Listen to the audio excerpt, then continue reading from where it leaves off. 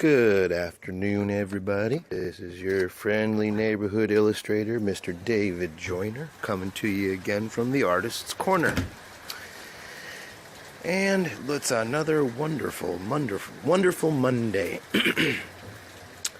I am working on this lovely elf picture again today.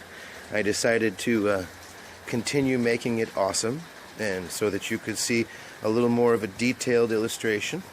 Something a little more up into the realm of creativeness that most people want to achieve with their art, just so you guys can see that I actually can do it.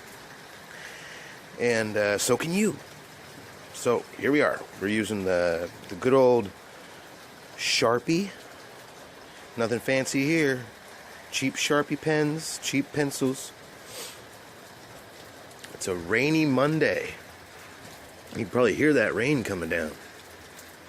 Sorry about my hand being in the way, guys. I am a little bit limited on the size and the video feed, the way my camera sits on the table a little bit, but I am trying to be aware of it, and I'm trying to do the areas that you can't see off screen and get them knocked out of the way, and then we can kind of watch what I'm doing here. I am sad to say that Zachnify is, or Zachnify, Nefay, whatever, however you say his name. He screwed up, let me tell you. Boy, that Driz Durden, he just was, it was a real bad decision on his part. Hey, Larry. And my neighbor, had to say hi to my neighbor. And it was definitely a mistake, I think, for him to open up and share with his son. It's an interesting book. The first book, I think, is probably the most interesting book if you were to take all of those books, it has an interesting theme that you don't see often in books, and I call it misunderstanding. You gotta have a plot twist, and it's good to have a plot twist where it's misunderstanding that's causing it. And in this particular book series, you got the male is being dominated in the underworld of Menzoberranzan, and the female is the leading gender type, and it's just fascinating because it's not the only thing that R.A. Salvatore flips upside down. See, he also flips upside down that good is bad and bad is good, and you get that all the way through. At least the first couple books is the feeling that it's odd. It's really odd that there's this lavender-eyed drow warrior who is inherently just better at being a warrior than any other drow. He's just mad physical skills. He's like Spider-Man of the drow. Anyway, he he manages to keep it secret that he, isn't a baddie, because that's what they all are. All of the dark elves are baddies. They're not good people.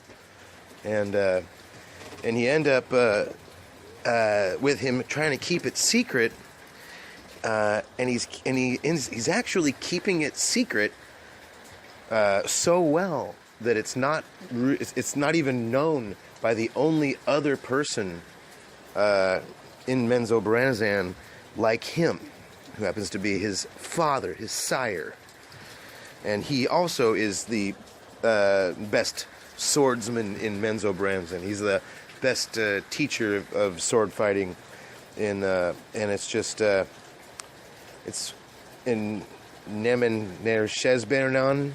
I don't think I'm saying that right. Anyway, so I know if any of my friends listen to this that have checked out those books, they're all going to be like, "You said that wrong." Anyway, so we're back to using the .01 pen, and this is the Micron series. It works pretty good. Let's talk a little bit about trees. We've got evergreen tree here, and we have our main character. It's just out of frame. That was in our last tutorial. Now, when you draw pictures like this, what you end up doing, excuse me, is you're kind of creating a fish eye effect where you're looking at the main character, but you're also kind of looking up into the tree. And so it's really important to take your time on this kind of stuff. And just remember, you want to kind of separate out the foreground and from the background. This is very, very specific. You've got the foreground branches where you can see, I'm right now drawing them, and you can see have individual little itty bitty needles. And that's really important. Those read to your eye.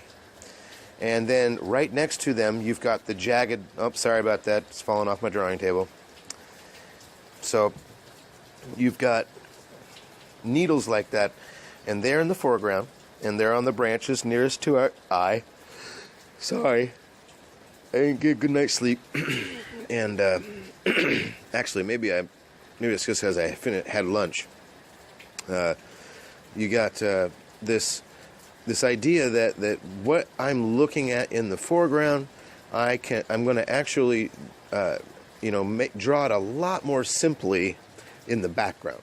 So you got branches in the background that are really nothing more than a very simple pattern. I use that same pattern when making fur. I use that same pattern when making other things, water. There's a lot of different things you can use it for.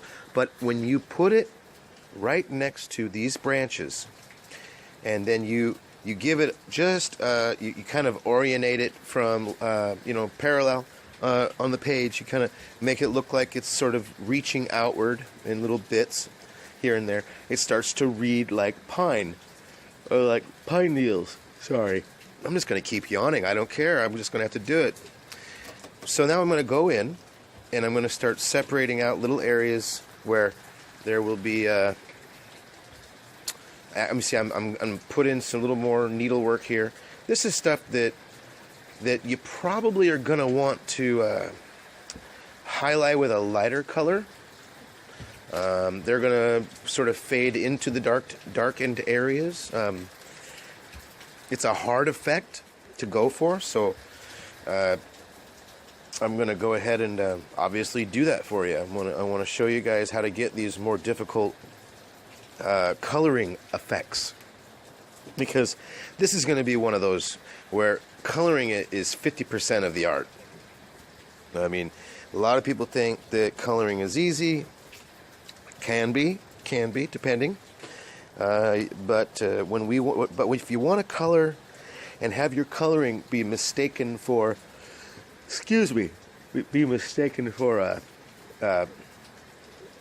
painting, then you're going to want to probably pay attention. You know, there's not necessarily a lot of blue up in the canopy of an evergreen tree. Although it's funny because I'm saying evergreen, even though it's not going to be an evergreen tree. I'm outside right now. This is a nice quiet place for me to do these tutorials. And now I am getting close to the finishing point. Hey, I just want to get back to that book because it's so good.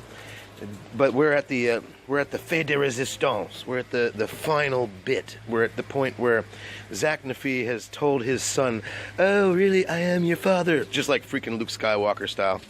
And except for it's the opposite again. And instead of him going, "No," it's like, "Yes, you're my dad." And it's all very da-da-da. Anyway, they're all happy about it. So, and then obviously bad stuff happens. But I hope you guys enjoyed this tutorial. It didn't seem like a complicated one at this point, but it will get more complicated. And in a second, I'll pull back and show you the whole illustration so you can see that fisheye effect I was talking about. And I want to thank you all for joining me again on the Artist's Corner. And I will be back with the rest of this tutorial later on today. Thank you very much. Goodbye.